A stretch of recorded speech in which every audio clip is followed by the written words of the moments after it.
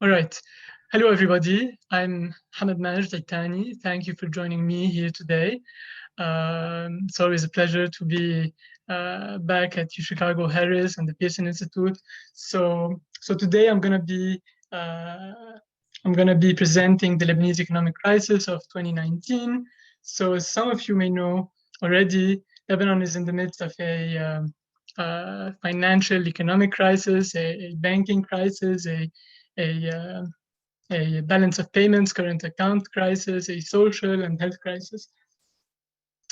So, so, um, so in 2019, specifically in April, early May 2019, it started to appear that there are problems in the Lebanese banking sector.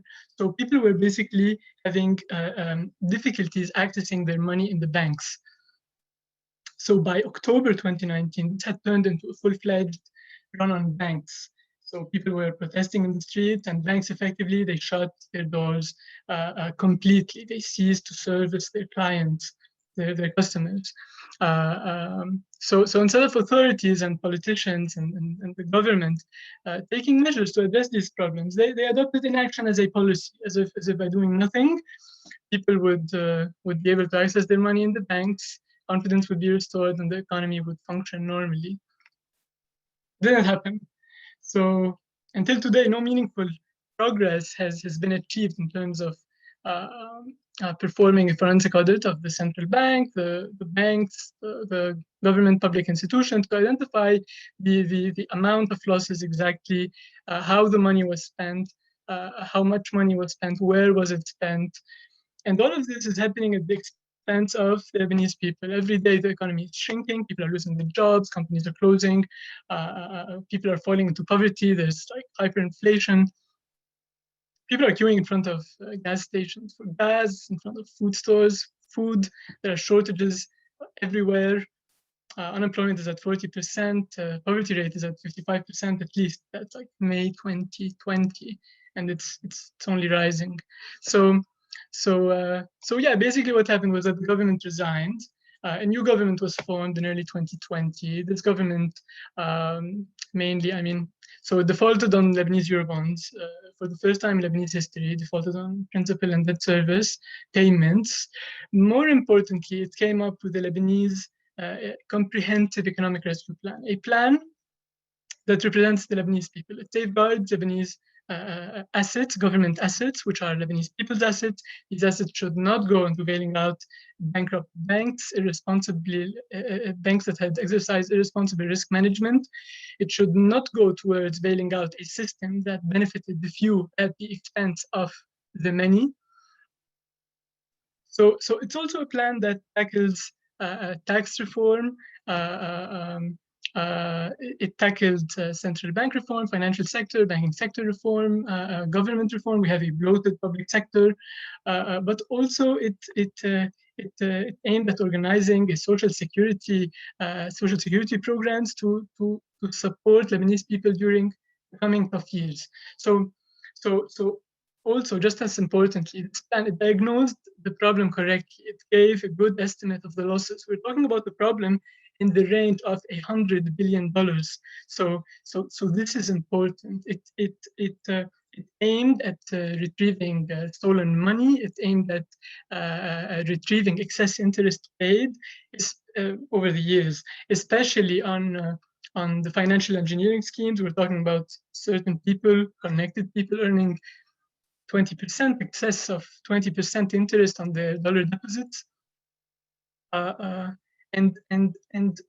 also the plan, it distributes losses equitably among the various stakeholders. So this plan, it was lauded internationally. It was applauded by the IMF, international organizations, countries that care about Lebanon, but also our foreign creditors. Our foreign creditors who are invested in our Eurobonds, they are also interested in getting their money back. So the absurd part is that locally, domestically, this plan faced vociferous opposition by power centers. We're talking major politicians, the Association of Banks, but also the central bank. So they're still in denial of the problem. They want to treat the problem as if it is a liquidity problem. So as if we pump a few billions into the system, people would be able to access their money in the banks. It is not the case, and therefore, with this huge opposition, the plan inevitably did not progress.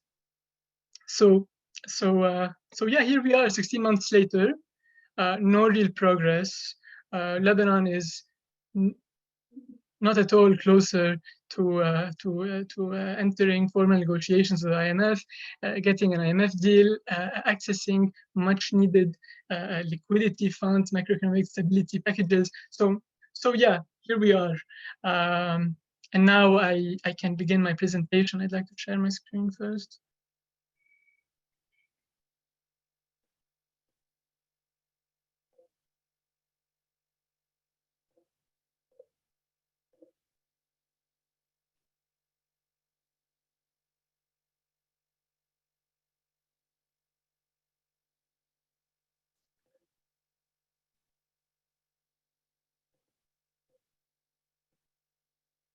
You can see my screen, I think. Yes. All right. So, understanding the Lebanese 2019 economic crisis and finding a path forward. I'm going to begin with the twin deficits. Lebanon has been experiencing a persistent current account deficit, the deficit averaging around 19% per annum over the 2002-2018 period. So you can see that by end of 2018, the deficit reaches negative 24% GDP. Let's look at the breakdown of the current account over the same period. Let's take the major takeaways from this diagram. So you can see that Lebanon has been so the trade balance is persistently in a deficit. Goods and services import far outweigh goods and services exports, and therefore so Lebanon is not really an economy that produces goods and services that the rest of the world demands. We don't really produce stuff. So to plug this hole, so in the absence of a plan to actually build an economy in the post-war era, we're talking 1990 forward, country run by warlords, the civil war warlords. So basically, we've depended on remittances and tourism as our main pillars of the economy to plug the hole in the current account balance. Remittances is let's look at the third category. So remittances was very important to a certain up until recently. In the last decade, with consumption trends growing very quickly and geopolitical dynamics, our lack of ability to reform our economy, do structural reforms, actually attract investment, support our real economy. What happened was that remittances faded away, and they barely funded Lebanese consumption. So I'll get back into these themes in a moment. So yeah, the trade balance. If we look at this graph, you can see that there used to be days when the Lebanese economy was somewhat productive. Exports used to cover 80–85% of imports once upon a time. By end of 2018, the ratio goes down to 59%, and the problem pressure on the system has been piling up. So yeah, going back to the idea of consumption. So tourism, when we talk about tourism, Lebanon depends on services, on tourist money entering this country. So yeah, when we look at this graph, you can realize that by end of 2019, for every dollar in tourism receipts, tourists visiting Lebanon and spending their own cash, for every $1, 75 cents on the dollar were spent in Lebanese traveling abroad. So tourism ceases to be a source of income to fund, to support the current account, the deficit in the trade balance, etc.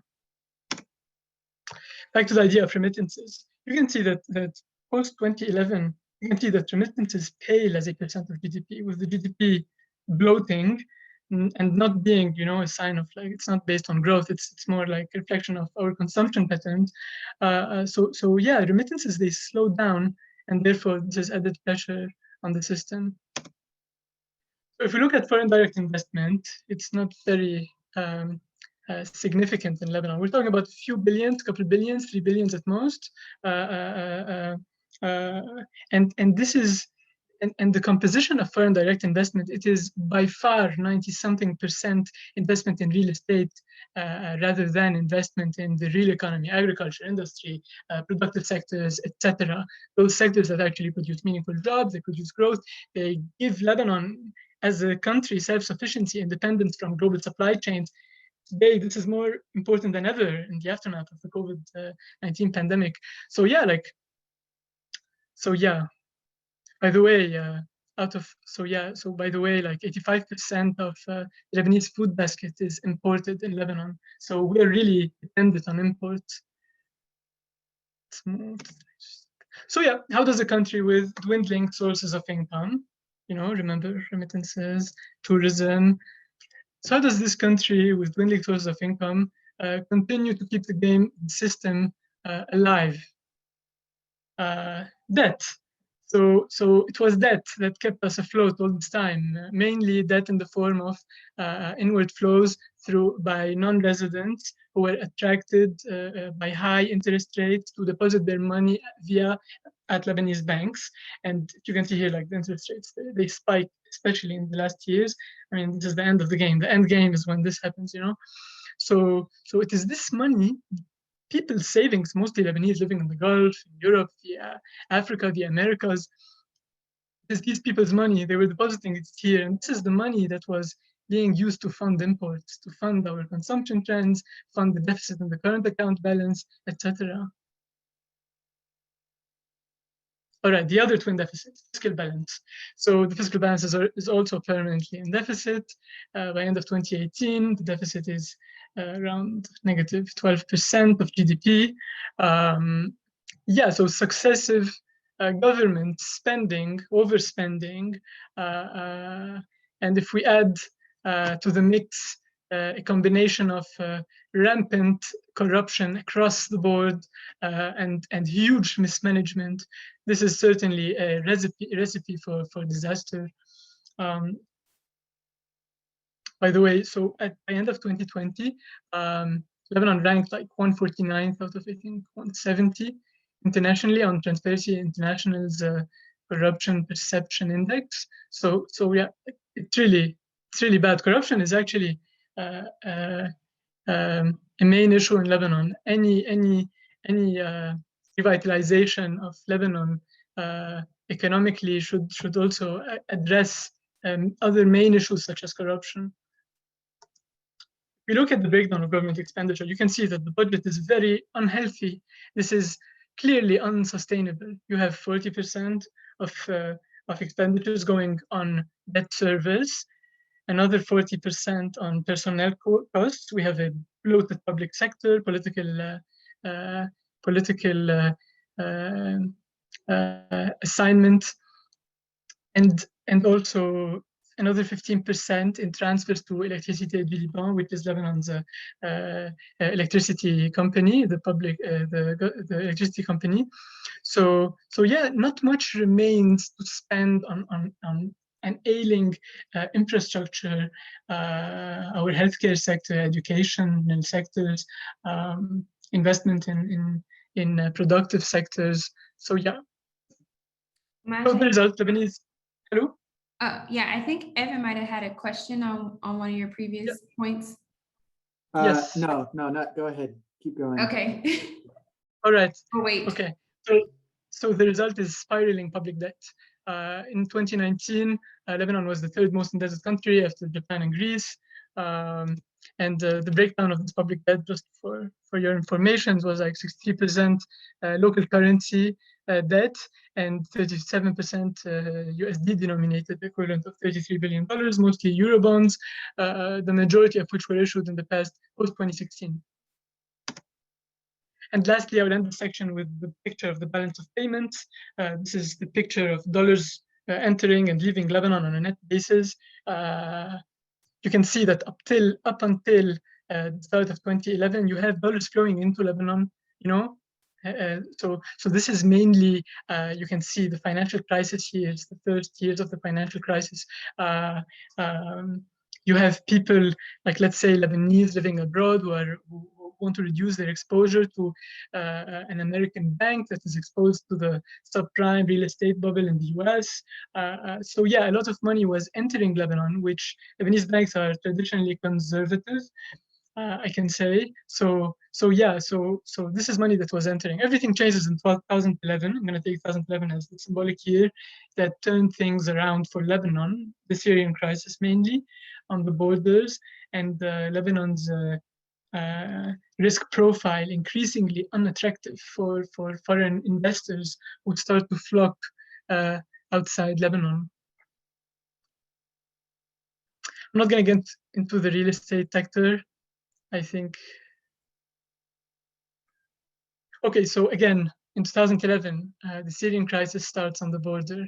So you can see growth and investment turns around post 2010. We're talking growth of 10%, 8%, going down to 0% and effectively negative. So yeah, additionally, regional and international dynamics also exerted big pressures on the Lebanese system. We're talking about a rising strong dollar post 2011, exerting huge pressures on emerging markets. Lebanon having increasingly difficult challenges satisfying its external financing needs, and the country facing trouble accessing finance. Another international dynamic, global price of energy. So energy prices dropped 2014 onwards, and instead, like, this was a good thing for many economies around the world, but for Lebanon it was actually terrible. As I said, many Lebanese live in the Gulf. By the way, like, I think in 2017, the IMF estimated that 60% of remittances coming to Lebanon actually originate from the Gulf. So the Lebanese people mainly living in the Gulf and working there. So when this happens, you have all these Lebanese losing their jobs, getting salary cuts. Many of them, it's not uncommon to know somebody whose parent had to come back, was fired, or got a pay cut, or had to come back and retire early, let's say, from the Gulf. So yeah, it affected remittances, and it exerted additional pressures on the system. Remittances. So yeah, with the country's risk profile increasingly unattractive, the local banks, they start to reduce their exposure to the sovereign, and BDL, the central bank, becomes effectively the main sole funder of the state by monetizing debt. So yeah, very briefly, this is the same point. The debt composition by type of ownership. You can see that the central bank, it more than doubles its investment in Lebanese lira treasury bills from 2014 to 2019, 19% to 36.7%. The banks, the trend is the opposite. So they reduce their exposure to the sovereign treasury bills, and instead they invest their money in what they perceive as less risky deposits with the central bank directly, as well as in the form of Eurobonds through the financial engineering schemes. It didn't turn out to be less risky. So yeah, so all of this is exerting pressures on the Lebanese lira. The lira has been pegged to the dollar at a rate of 1,500 since 1997. So with all of this occurring and these pressures on the lira, a strong dollar, once again, you have the Lebanese lira being overvaluated and playing a counterproductive role, not supporting Lebanese competitiveness, not supporting the Lebanese economy, and officials must have been reassessing. I mean, it seems that they have not been, but it's easy to speak in retrospect. But what should probably have happened was that in 2016, on a gloomy Monday morning, in the summer of 2016, the central bank governor would appear in an unannounced television appearance and announce a one-time devaluation, let's say, of the Lebanese lira to 3,000 from 1,500. He would cite persistent balance of payment deficit and the need to stop the drain, hemorrhaging of dollars leaving Lebanon, and calling on politicians to address the problems in the economy with comprehensive structural reforms. So something like that must have happened. It didn't. What happened instead in summer 2016? So we call it financial engineering schemes. So basically the central bank partnered with the banks in this type of, let's call it, so yeah, it's financial engineering schemes. Basically, the central bank would offer very high interest rates on dollar deposits by the banks with the central bank. And how would the banks actually supply these dollars? They would be able to pass on these interest rates, these very high interest rates, to depositors, non-resident depositors, to get increasing non-resident deposits and keep the money flowing. And this is the money that the central bank would use to fund imports over these years. So yeah, so you can see interest rates going higher and higher until the whole system falls apart. So yeah, I did this like cool exercise where like if you look at deposit growth over the years, you can see that if we take deposits net of interest accrual, you can see that in mid 2016, deposit growth effectively turns negative for the first time, and that's when financial engineering schemes occur, and you see the bump in the graph, and basically financial engineering scheme it gained time. It gave politicians and the system time which was not used to come up with a comprehensive structural economic reform plan, a plan that tries to fix structural endemic problems in the system. So yeah, I'm gonna skip this graph. All right, so the cost of advanced financial engineering, in brief, there was a cost. These are all losses on the balance sheet of the central bank. So these losses were uncovered, and apparently the central bank was hiding these losses as assets, named other assets on the balance sheet of the central bank, and so yeah, these losses were camouflaged as like assets. Overbanking in Lebanon, the state of Lebanese banking, it's not a healthy banking sector. A normal, healthy banking sector that is committed to lending the economy, its balance sheet is usually around 100% of GDP. In Lebanon, the banks, they don't really lend the economy. It's like, it's not the main thing they do. Their balance sheets are in the range of around 450% of GDP. Their assets, liabilities, and yeah, like only like around 70% of their assets are invested in exposure to the central bank and the government. So let's say 30% goes to the economy. It's mostly going to real estate. No substantial loans go to agriculture, industry, real economic activities that produce jobs, bring growth, real growth, create an economy. So yeah, the banks increasingly, post-2016 with the financial engineering, these super lucrative packages in partnership with the central bank. So they're less interested in investing in supporting businesses. They start to tighten, exert liquidity pressures on businesses, and this tightening really gives businesses a very hard time with money going to investment in deposits and other investments with the central bank. So yeah, inevitably it all ends the same way: the fall of the Lebanese lira. This Lebanese lira, which has been pegged at a stable fixed rate of 1,500 since 1997, it falls apart by I mean, by mid-January, the lira had lost 83% of its value. It's more like 86% today, I think, at a rate of 12,000 Lebanese liras relative to the official rate of 1,500. So yeah, money supply goes out of control. You have people who cannot access their dollars. They can't withdraw dollars from the banks. The banks are bankrupt. They don't really have dollars.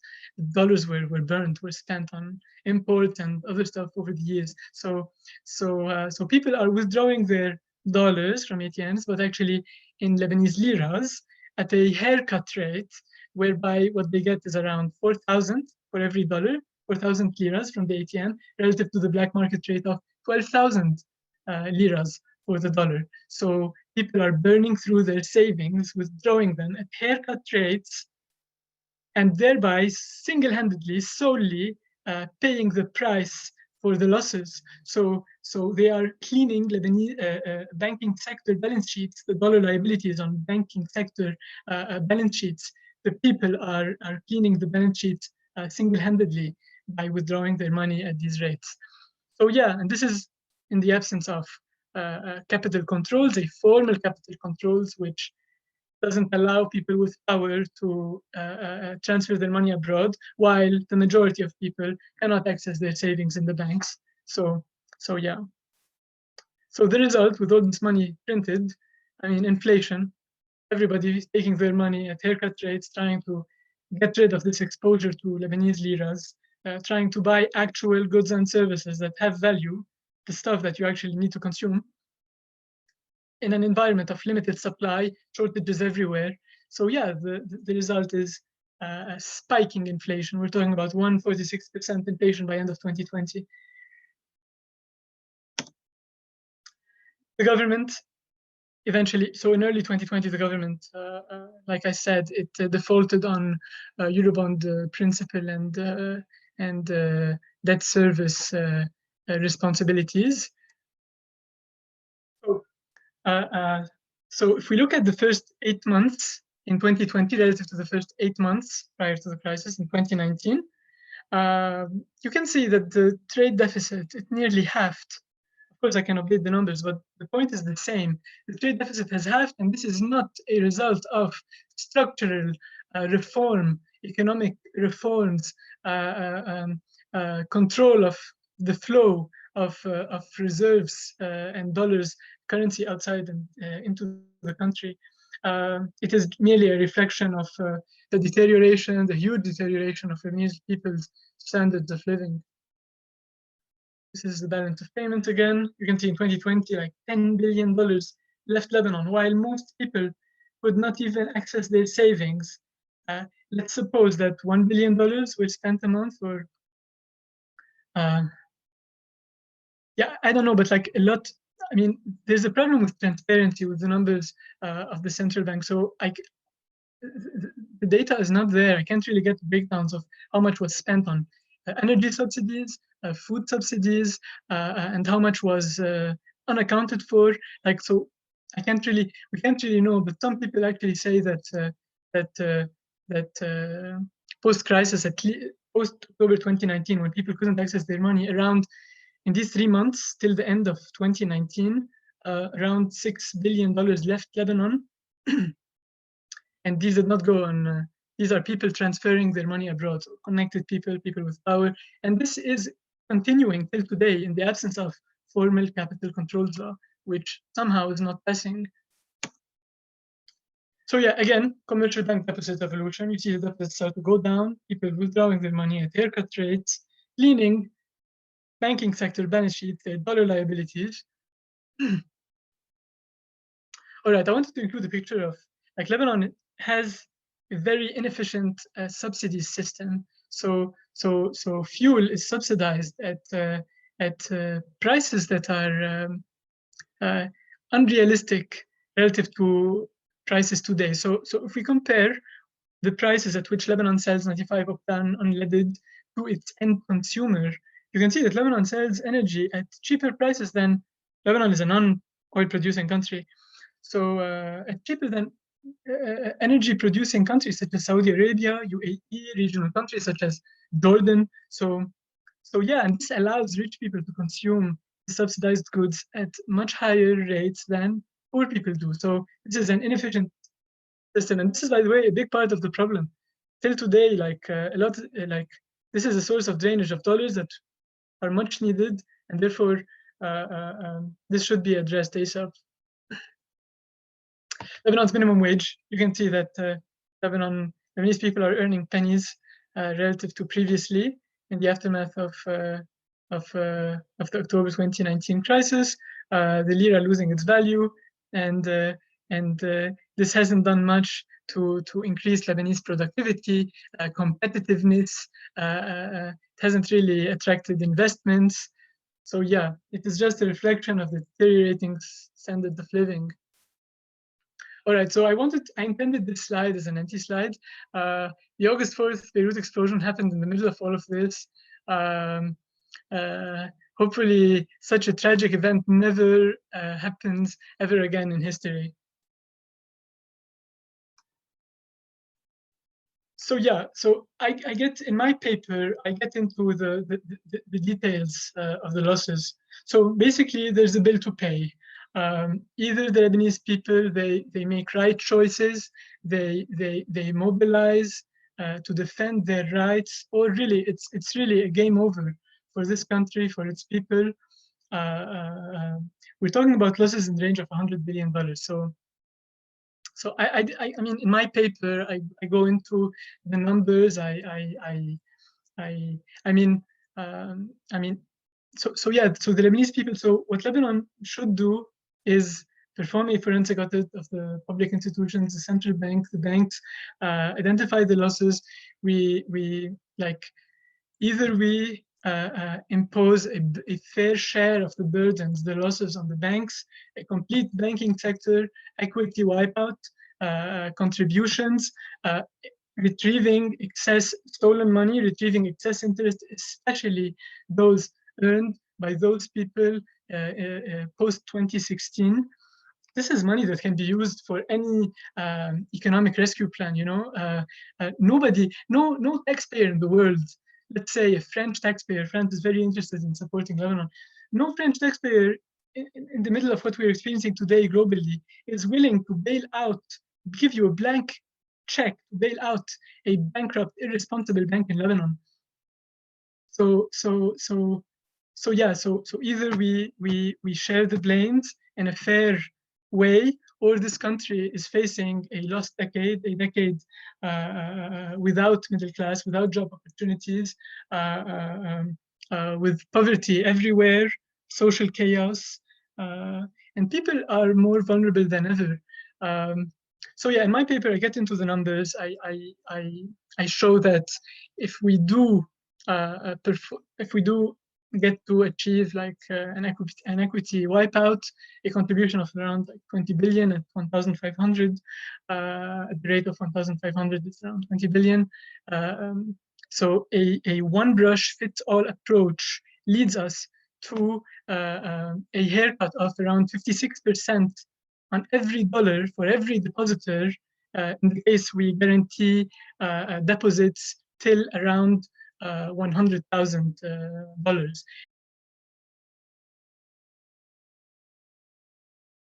A one-size-fits-all approach haircut in the range of 70% is required, 67%. Of course, this is not what I propose. What I propose is a more progressive approach in which bigger depositors, those that have benefited especially from the system over the years, they should pay a bigger share and get bigger and contribute more of their deposits. Of course, after cleaning up this mess, cleaning up the mess in the banking sector, a bail-in will be required. Yes, the big depositors and the banks, they will get a big portion of their deposits transferred into equity in their respective banks. So yeah, the sad part is that people are more vulnerable than ever. What I fear is that eventually we're going to be setting up like the parliamentary elections are going to be happening soon. So with people more vulnerable than ever, the politicians, they'll be able to buy the elections at a fraction of the cost relative to previously, and so I don't know, like, how things are gonna develop here, but yeah, people should make strong choices, make their demands known, and yeah. So thank you again for joining me here today. I'm ready to hear your thoughts, your questions, your yeah. Thanks so much. That was all very fascinating and just interesting to learn. If we have any questions, if you just use the raise hand feature, then I can call on you in the order that I see them.